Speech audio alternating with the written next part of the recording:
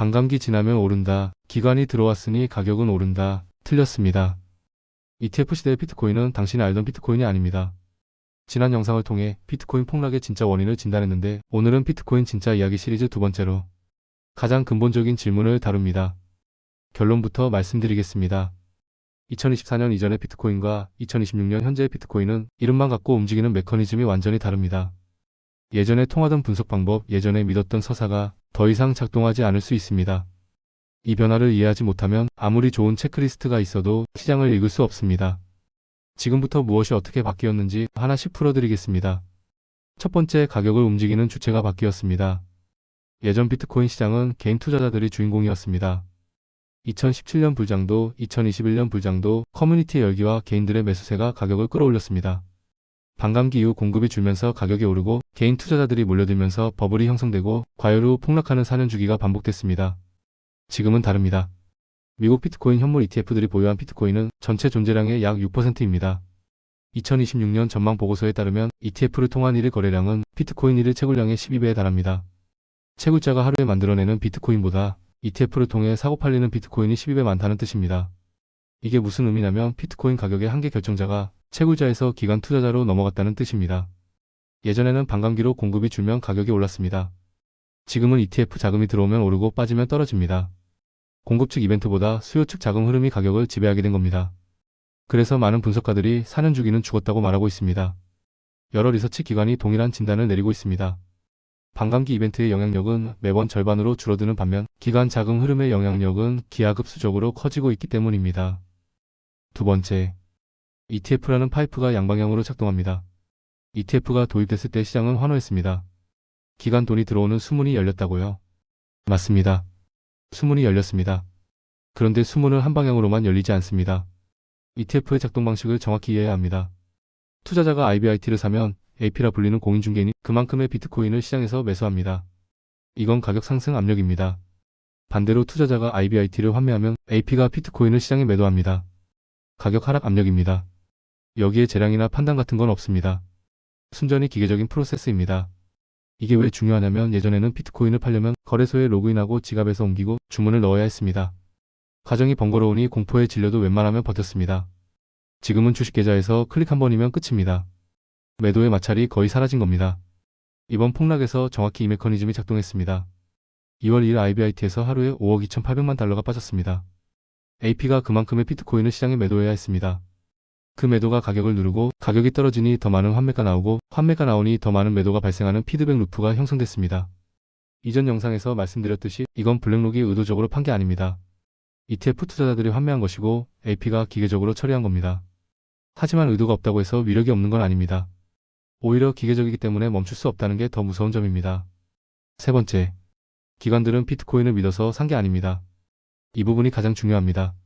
많은 개인 투자자들이 기관이 비트코인을 사는 걸 보고 기관도 비트코인의 가치를 인정했다고 해석합니다. 틀렸습니다.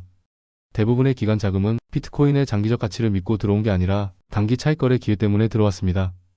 2024년에서 2025년 ETF로 수조 달러가 들어왔다고 해서 그게 전부 비트코인에 대한 확신이 아니었습니다. 상당 부분이 베이시스 트레이드의 한쪽 다리였을 뿐입니다. 그 돈은 비트코인 가격과 무관하게 차익 거래 수익률이 떨어지면 빠지는 돈입니다.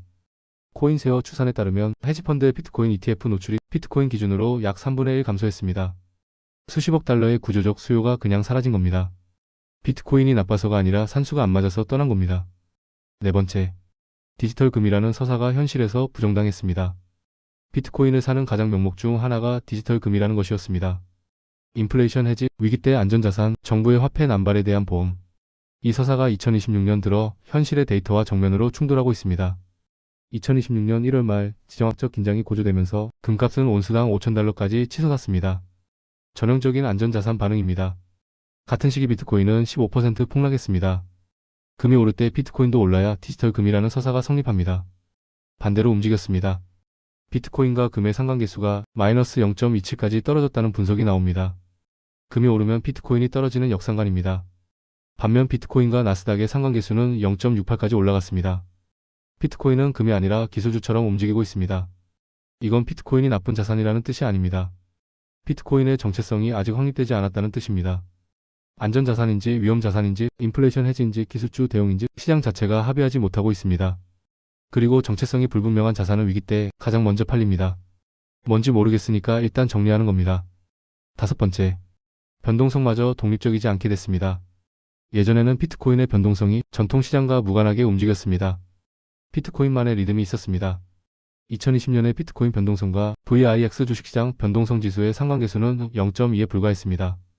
2026년 1월 이 상관계수가 0.88까지 치솟았습니다. 역대 최고치입니다. 비트코인의 변동성이 주식시장의 변동성과 거의 동일하게 움직인다는 뜻입니다. 왜 이렇게 됐을까요? 기관들이 자산군 전체에 걸쳐 동일한 리스크 관리 알고리즘을 적용하기 때문입니다. VIX가 일정 수준을 넘으면 알고리즘이 자동으로 주식, 원자재, 비트코인을 동시에 매도합니다. 비트코인의 펀더멘털과는 아무 관련이 없습니다. 순전히 포트폴리오 리스크 관리의 결과입니다. 실제로 2026년 1월 비트코인의 1일 활성 주소수는 가격이 96,000달러일 때에도 감소하고 있었습니다.